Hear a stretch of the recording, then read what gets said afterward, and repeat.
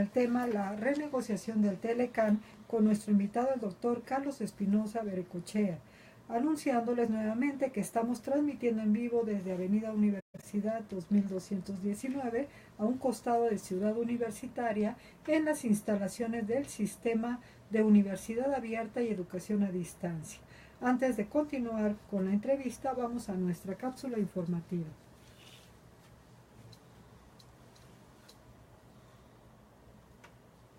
Buenas tardes. En sesión de 4 de octubre de 2017, por mayoría de 4 votos, la primera sala de la Suprema Corte de Justicia de la Nación, al resolver un amparo en revisión asignado a la ponencia del ministro Jorge Mario Pardo Rebolledo, declaró la inconstitucionalidad del artículo 115 de la Ley de Instituciones de Crédito. El asunto tuvo origen en el acuerdo que dictó la Unidad de Inteligencia Financiera de la Secretaría de Hacienda y Crédito Público para incluir a la empresa quejosa en la lista de personas bloqueadas, lo que derivó en la solicitud de la Comisión Nacional Bancaria y de Valores, para que se suspendiera de manera inmediata a la propia quejosa la realización de cualquier acto, operación o servicio relacionado con esta o a través de ella, imposibilitándole tanto la apertura de nuevas cuentas como la cancelación de las vigentes, así como para que se le impidiera la disposición de los recursos que contuvieran. Igualmente se ordenó que fuesen las dos instituciones financieras en que se encontraban registradas las respectivas cuentas bancarias las que deberían comunicar por escrito al cliente o usuario que fue introducido en la lista de personas bloqueadas. La quejosa tuvo conocimiento de lo anterior, al no poder acceder por internet a las referidas cuentas, por lo que acudió a las instituciones bancarias con el objeto de conocer la causa, informándosele que sus cuentas estaban bloqueadas. Promovió juicio de amparo en el que la juez de distrito que conoció del asunto determinó que el referido artículo 115 de la Ley de Instituciones de Crédito, escuchen muy bien, no vulneraba la garantía de audiencia, ya que con posterioridad podría ser escuchada y tampoco se le privaba de la presunción de inocencia, porque esa medida no constituía la anticipación del castigo. No obstante, sí se concedió el amparo únicamente para el efecto de que se hiciere del conocimiento de la quejosa, que estaba incluida en la lista de personas bloqueadas, y se le otorgara la garantía de audiencia. Contra ello, la quejosa promovió recurso de revisión en el que se plantearon distintos agravios que llevaron a que, contrariamente a lo sostenido por la juez federal, la primera sala resolviere que sí resulta inconstitucional el precepto.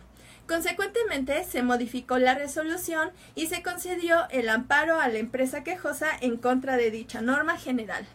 En otro tema, en una tesis aislada publicada recientemente y, por cierto, muy interesante, que lleva por rubro Derechos económicos, sociales y culturales, deber de proteger de manera inmediata su núcleo esencial, la Suprema Corte de Justicia de la Nación señala que los derechos sociales atribuyen un deber incondicional de proteger su núcleo esencial. Así, dichos derechos imponen un deber de resultado, esto es, el Estado mexicano tiene el deber de garantizar de manera inmediata la protección del núcleo esencial de los derechos sociales. Esta obligación se justifica porque existen violaciones tan graves a los derechos sociales que no solo impiden a las personas gozar de otros derechos, sino que atacan directamente su dignidad.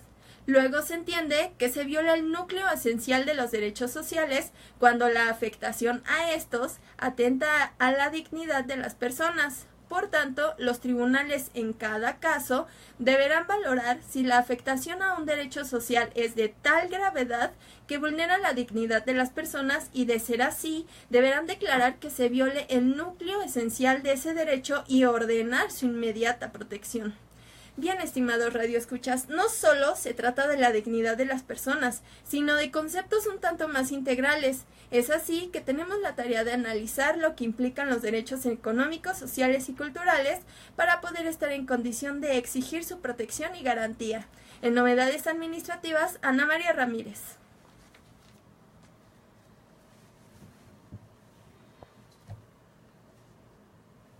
Bien, pues estamos de regreso con nuestro invitado, el doctor Carlos Espinosa Berecochea. eh, tratando el tema, la renegociación del Telecan. Doctor, ¿cómo va esta renegociación? ¿Cómo la ve usted en lo que se ha desarrollado? Y cabe la posibilidad de que tuviésemos que optar por no salirnos del tratado, o bien que Estados Unidos decidiera anular este tratado. Bueno, finalmente no deja de ser una posibilidad, ¿no? Pero antes voy a contestar la primera parte de la pregunta. Estamos desde que en campaña el presidente Trump, en aquel tiempo candidato, siempre se manifestó en contra del tratado, siempre dejó ver que el tratado había sido injusto para Estados Unidos y que México sacaba un beneficio en demasía respecto de ellos. Llega lo primero que hace al tomar posesión, amenaza con terminar el tratado. No sabía que el mecanismo era que tenía que avisar al Congreso y que 6 meses después entraba en vigor. Él decía, hoy lo cierro y mañana se cerró la aduana, como que tenía una idea muy vaga de esto. Como que es muy la actitud de estar en la iniciativa privada como empresario. Y como director, digo, se hace esto. Sí, sí, sí. Y en el gobierno y en los Estados Unidos, pues creo que es de otra forma. Claro, hay que cumplir con ciertas formalidades, hay otros caminos que se tienen que cursar. Pero bueno, finalmente, con un poco de trabajo, ¿no?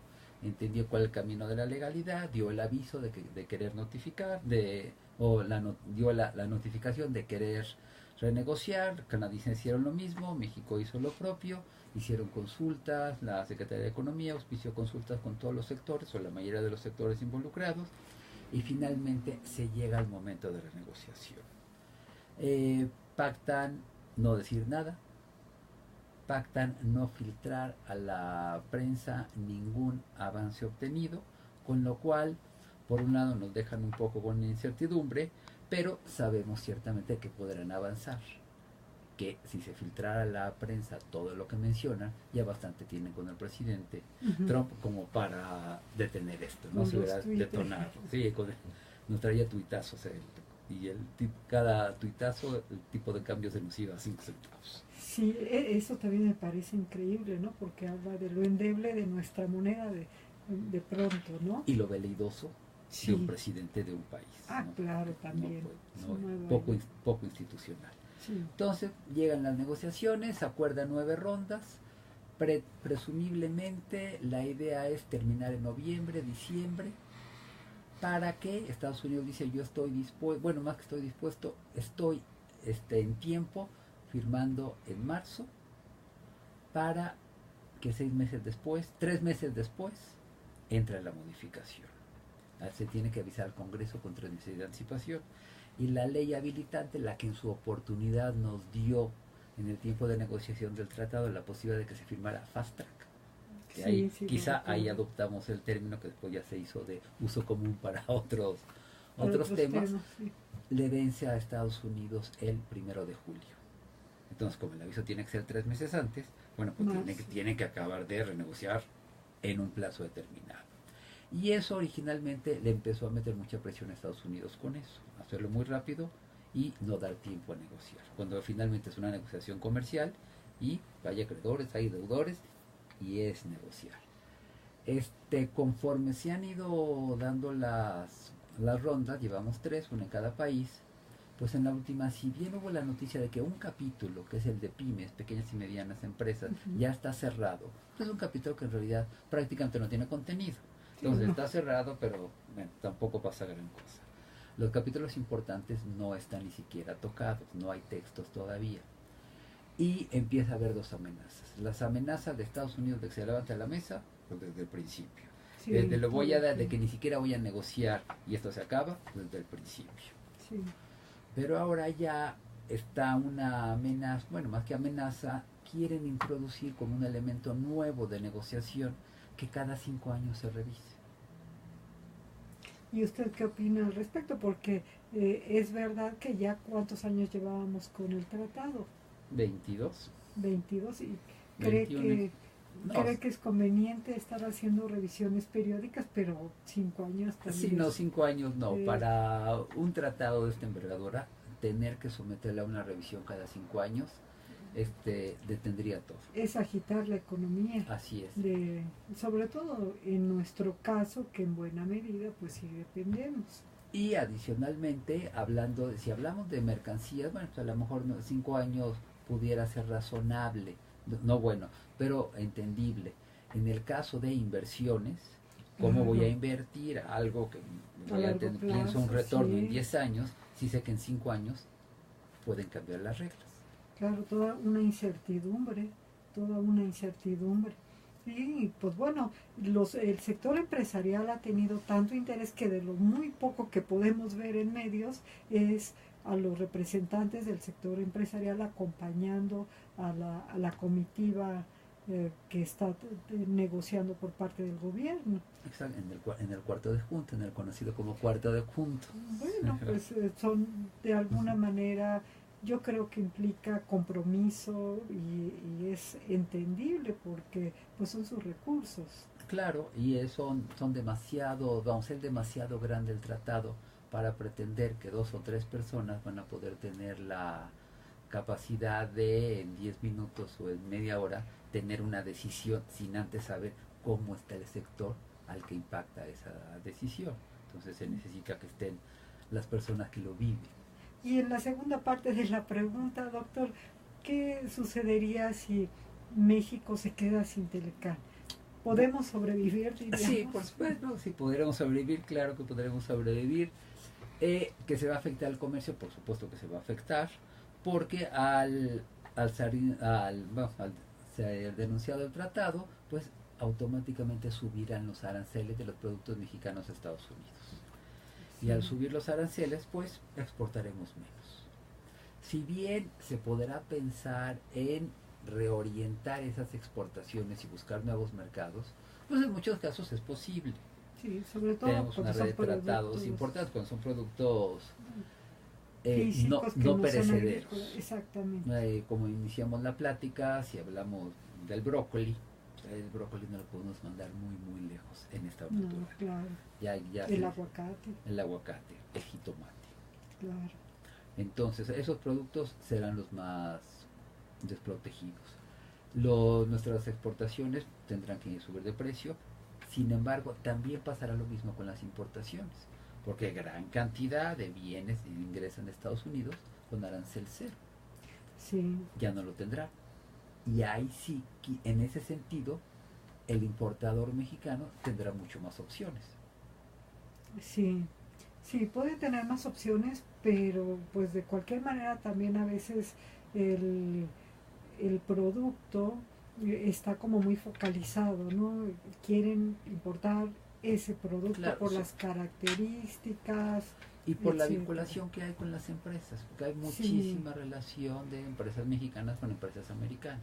Sí, más bien considero ahí que pues subirían de precio y probablemente pues uno de los primeros efectos que tendríamos sería una recesión en el consumo, claro, porque ya lo vimos a finales de año cuando subió tremendamente el dólar, ¿no? Las mismas importadoras de muchos bienes que no son de consumo básico, pues se redujo los montos de importaciones porque el consumo no estaba siendo el mismo, ¿no? Claro, y pensar que, vamos, si bien la oferta mundial es muy grande y hay los mismos bienes en cualquier lugar del mundo, pues las distancias, los tiempos y los fletes, pues obviamente es un factor que altera muchísimo, que impacta en el precio. Sí, que a veces a mí, déjeme decir, a mí me sorprende cuando a veces he visto los costos de los fletes China-México, que llega a ser más barato que Manzanillo, Ciudad de México. O sea, es increíble. Sí, la ventaja que ellos tienen las embarcaciones, tienen una flota bastante importante. Sí, entonces esa parte del transporte, pues bueno, ¿cree que el gobierno mexicano tuvo que haber hecho algo antes, no depender tanto del Telecán, o se actuó de manera pues hasta cierto punto lógica y estuvo bien el aprovechamiento del tratado? Me refiero sobre todo a tratar de buscar otro tipo de relaciones comerciales, y no para perecederos, pero sí para los demás productos. Pues aquí es una cuestión curiosa, porque podemos decir, aparentemente no se hizo mucho, pero a lo mejor no dependía ya del gobierno. El gobierno sí hizo, tenemos tratado con muchísimos países, tenemos tratado con toda América, tenemos tratado con Europa, tenemos tratado hasta con Japón, con Israel. Íbamos a firmar un tratado, el TPP, de hecho se llegó a firmar, pero la única orden de presidente Trump que ha prosperado es retirarse de ese tratado. Entonces, los tratados, la red de tratados está. Lo que no se ha hecho es, pero ya yo creo que no es tanto el gobierno, sino los empresarios, utilizarlos. No se han aprovechado, es cierto, todavía no ha crecido tanto el tratado con Europa como se esperaba. Con América del Sur está creciendo un poco un nuevo tratado que es la Alianza, que es con Chile y Perú y Colombia, pero va en camino. Y además son países que de cierta forma pues van más o menos en el mismo nivel de desarrollo que México. Exactamente, números más, números menos. Sí, pero son países bastante como en el rango, ¿no? Exacto, entonces, no, nadie asusta a nadie. Sí, aquí el problema sería con nuestros perecederos, que por otro lado también viendo el aspecto simétrico, pues para ellos en caso de querer los productos mexicanos, que muchas veces sí son apreciados, pues le subirían el costo. Así es, finalmente van a tener que seguir consumiendo aguacate. Por ejemplo, van a tener que consumir jitomates, es un hecho. Les va a costar más, y les va a costar más. Claro. Eso no tiene vuelta de. Y bueno, para ellos eso sí son productos que son de consumo primario, ¿no? Claro. Entonces son alimentos. Sí, pero entonces eso, y en cuanto a lo que no pasaría tampoco nada, sería en cuanto a reglas, en cuanto a legislación, en cuanto a qué nos protege, porque al final si nos retiramos de este tratado, pues tenemos las reglas de la Organización Mundial de Comercio. También. Entonces tenemos todo ese andamiaje que aun y cuando ya no tenemos el capítulo 19 y ya no tengamos nada de Tratado de Libre Comercio, pues tenemos las reglas genéricas de la Organización Mundial de Comercio. Pues bueno, de cualquier manera es también como una especie de techo, ¿no? Que por ahí nos puede proteger, y también producto de la misma globalización, ¿no? Esta necesidad que tenemos de desarrollo. Durante esta renegociación, hace rato lo mencionó, ¿qué es esta expresión del cuarto de junto exactamente y qué función tienen pues, los que están ahí, vamos a decir? Bueno, el cuarto de junto materialmente inició como un cuarto al lado del principal donde se desarrollan las negociaciones por parte de las autoridades, y está formado por industriales, por organismos cúpula, que son los que tienen la sensibilidad o lo tienen en la práctica el cómo les va a impactar determinada medida. Entonces la autoridad no tiene en ese momento el pulso que tiene el sector privado, entonces consulta con el sector privado. El sector privado asesora a la autoridad. La autoridad finalmente tomará su decisión de manera independiente, pero podrá tener una asesoría de quienes van a verse afectados en primera instancia de alguna medida. Bien. Y hace un momento también nos platicaba sobre este calendario que de alguna manera pues también hace tener con premura a los Estados Unidos de Norteamérica. Yo lo pensé un poco, dije, bueno, aquí en México va a coincidir exactamente con los tiempos políticos, ¿no? Así Más es. o menos la negociación pues te estará terminando para las épocas que estemos en elecciones. Exacto, puede ser ese el efecto, e inclusive quizá tratando estamos en un ambiente de negociación y pues hay que estirar y aflojar. La delegación mexicana, terminando la tercera ronda, empezó a sugerir o acariciar la idea de a lo mejor no se termina este año. Si no se termina este año, bueno, se terminará el siguiente en principio, pero será muy probable que Estados Unidos tenga prisa porque se le vence la autorización que decíamos hace rato. Entonces a lo mejor la prisa ya no sería de nosotros, sino sería de ellos. Claro. Y a lo mejor eso cambia las posibilidades de obtener una mejor negociación. Finalmente nadie quiere perder en una negociación. Sí, y creo que tenemos, bueno, a mí me parece, no sé cuál sea su opinión, que pues tenemos un buen equipo de negociación, ¿no? Es gente con toda la experiencia, con muchísima experiencia. Creo que desde mi punto de vista se están conduciendo muy bien. Sí, totalmente capacitados y están haciendo lo mejor que están pudiendo con todo eso. Pues bueno, se quedan ahí varios temas, doctor. Ya lo invitaremos para una mesa que la misma Facultad de Derecho organizaremos en breve, ya la anunciaremos también aquí. Ojalá que nos acepte la invitación para continuar platicando sobre este tema, porque desafortunadamente hemos llegado al fin del programa el día de hoy y les agradecemos a la audiencia que nos sigan cada viernes de 5 a 6 de la tarde y desde luego a nuestro invitado, el doctor. Doctor, muchísimas gracias por habernos acompañado esta tarde. Muchas gracias a ustedes, reitero las gracias por la invitación. Y síganos a través de Facebook en la página Seminario de Derecho Administrativo, Facultad de Derecho, turno vespertino, en donde les estaremos dando a conocer los eventos y en donde ustedes pueden volver a descargar los programas pues tan interesantes como el que hemos tenido esta tarde. A disfrutar de esta tarde, que es viernes.